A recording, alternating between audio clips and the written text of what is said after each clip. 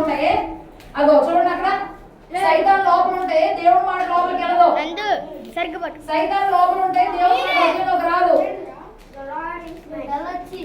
Open the eyes of my heart lord. Open the eyes of my heart lord. అదేంటిది అక్కడ ఏముందనుకున్నారు? ఇది ద్రాక్షారసం. ద్రాక్షారసం తిత్తులో పోసిందన్నమాట. అంటే ద్రాక్షారసాన్ని అలాంటి జార్స్ లో పోసి పాత రోజుల్లో పోసేవారు ఎవరికైనా.